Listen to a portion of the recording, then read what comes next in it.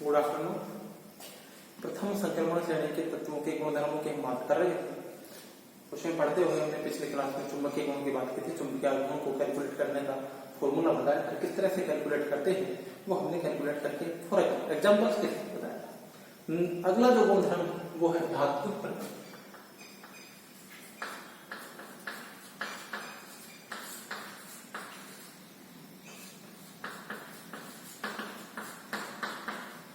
अगला जो गुणधर्म है वो है धात्विक प्रकृति। देखिए,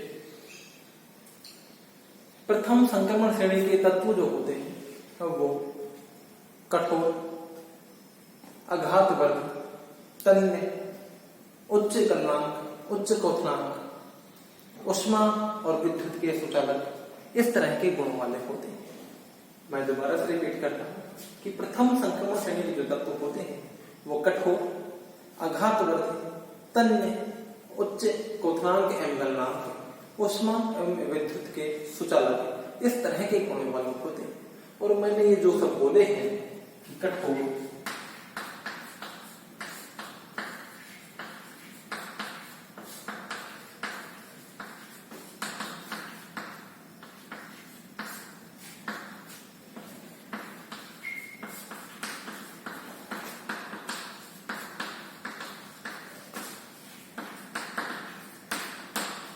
उच्च गलनांक और क्वथनांक,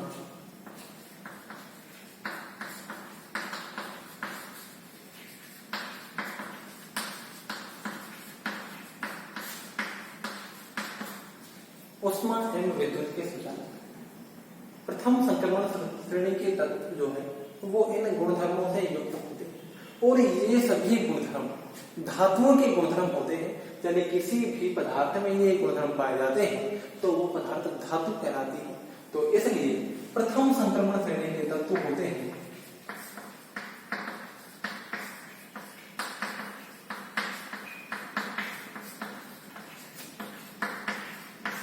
प्रथम संक्रमण श्रेणी के तत्व धातु होते हैं।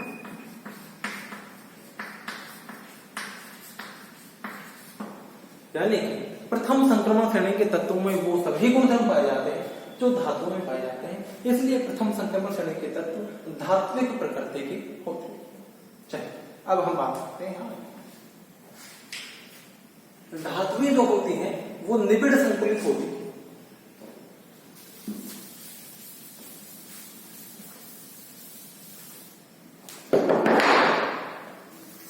धातुएं जो होती हैं वो निबिड़ संकुलित होती है।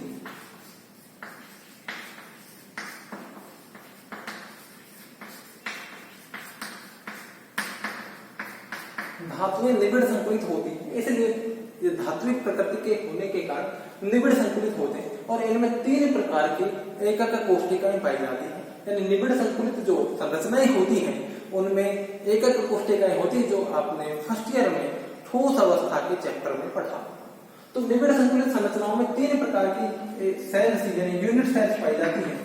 बीसीसी, जिसको हम हिंदी में कहते हैं काय केंद्रित क्यूबिक सेल, यानी कि तो हिंदी में बोलेंगे तो काय केंद्रित घनीय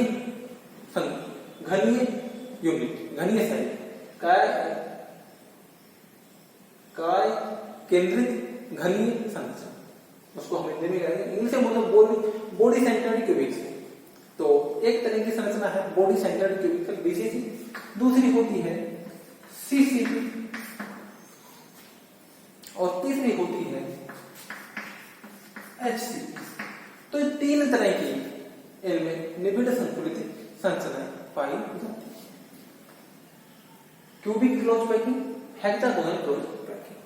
तो ये प्रथम संक्रमण श्रेणी के जो तत्व होते हैं उनमें काय केंद्र, बीसीसी, सीसीपी और एचसीपी तीन प्रकार की यूनिट सेल्स जो पाई जाती है। प्रथम संक्रमण श्रेणी के 9 तत्वों में तो इस तरह की संरचनाएं पाई जाती हैं, लेकिन एमएन मैग्नीज जो है वो एक अपवाद है। उसमें इन तीनों ही प्रकार की, इन तीनों में से किसी भी प्रकार की कोई भी यूनिट सेल नहीं होती है। उसमें एक विशेष प्रकार की संकुलित व्यवस्था होती है। उसका कारण उसमें अत्यधिक मात्रा में उपस्थित अयुग्मित इलेक्ट्रॉन के कारण उसकी उस तरह की संरचना बन जाती है। चलिए, तो धात्विक प्रकृति के होने का क्या कारण है कि इनमें धातुओं के सभी गुण हो जाते हैं। धातु निबिड़ संकुलित संरचनाएं होती हैं और उनमें इस तरह की यूनिट सेल्स पाई जाती हैं जो इन संक्रमण तत्वों में भी पाई जाती है। मैग्नीज उसका पद है, मैग्नीज में ये नहीं पाई जाती है। देखिए आगे समझिए, धातुओं में धात्विक बंध पाए जाते हैं। एक परमाणु दूसरे परमाणु, धातुओं के एक दूसरे परमाणु जो है वो धात्विक बंध से बंधे जाते हैं। इनमें धात्विक बंध, धात्विक प्रकृति के तो धात्विक बंध तो पाए जाते हैं, साथ में आप लोगों को पता होगा कि डी कक्षकों में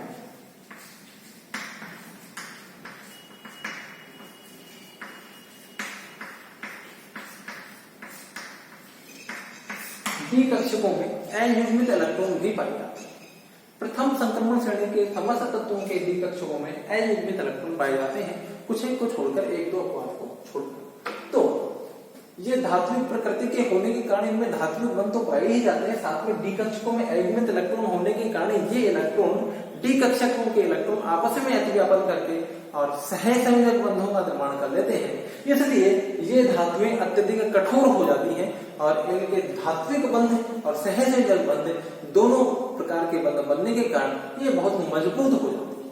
मैं इस बात को रिपीट कर देता हूं कि इनमें धात्विक प्रकृति के होने के कारण इनमें धात्विक बंध तो पाए ही जाते हैं, साथ में डी कक्षकों में अयुग्मित इलेक्ट्रॉन होने के कारण डी कक्षक के इलेक्ट्रॉन आपस में अतिव्यापन करके, डी कक्षक आपस में अतिव्यापन करके सहसंयोजक बंध और बना लेते हैं, जिससे इनकी कठोरता और इनकी मजबूती बढ़ जाती है।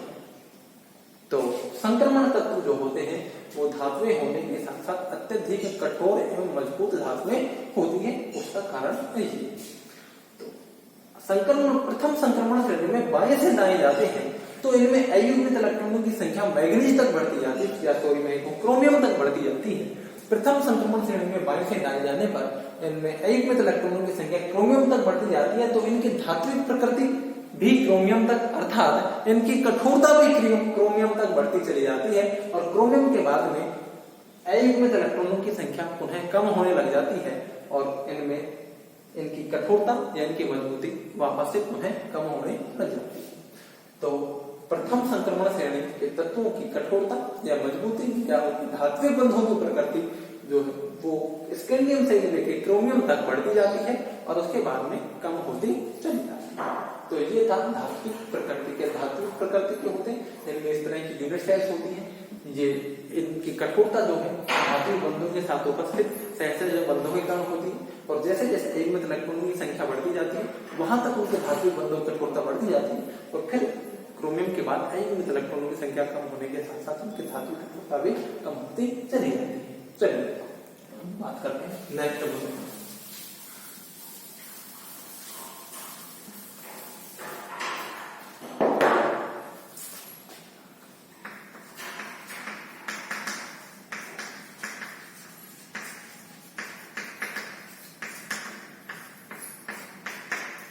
अगला गुणधर्म है गलनांक एवं क्वथनांक।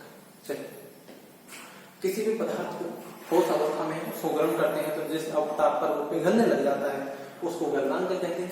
अर्थात किसी भी पदार्थ को गर्म किया जाता है तो वो ठोस अवस्था से द्रव अवस्था में बदलने वाले ताप को गलनांक कहते हैं। और अगर उसको और गर्म किया जाए या किसी द्रव पदार्थ को अगर गर्म किया जाता है तो जिस ताप पर वो द्रव अवस्था से गैस अवस्था में परिवर्तित हो जाता है उस ताप को क्वथनांक कहते हैं।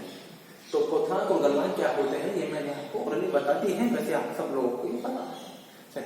प्रथम संक्रमण श्रेणी के तत्वों के गलनांक और क्वथनांक किस प्रकार से प्रभावित होते हैं वो हम बात करें। तो हम स्कैंडियम से लेकर और जिंक तक जाते हैं, ये प्रथम संक्रमण श्रेणी है। तो प्रथम संक्रमण श्रेणी में स्कैंडियम से लेकर जिंक तक जाते हैं। तो अभी हमने कुछ देर पहले ही हमने ये बताया कि स्कैंडियम से जिंक तक की तरफ जाते हैं तो क्रोमियम आता है। क्रोमियम तक अयुग्मित इलेक्ट्रॉनों की संख्या बढ़ने के कारण इनके धात्विक बंध मजबूत होते जाते हैं, प्रबल होते जाते हैं। तो क्रोमियम तक जाने पर इनके धात्विक कठोरता बढ़ती जाती है। तो यहाँ पर धात्विक कठोरता बढ़ती जाती है, क्रोमियम के बाद में इनकी धात्विक कठोरता कम होने लग जाती है। तो इनके क्वथनांक एवं गलनांक के मान भी स्कैंडियम से जब हम जिंक की तरफ जाते हैं तो पहले गलनांक और क्वथनांक के मान बढ़ते जाते हैं और उसके बाद में कम होना शुरू हो जाते हैं।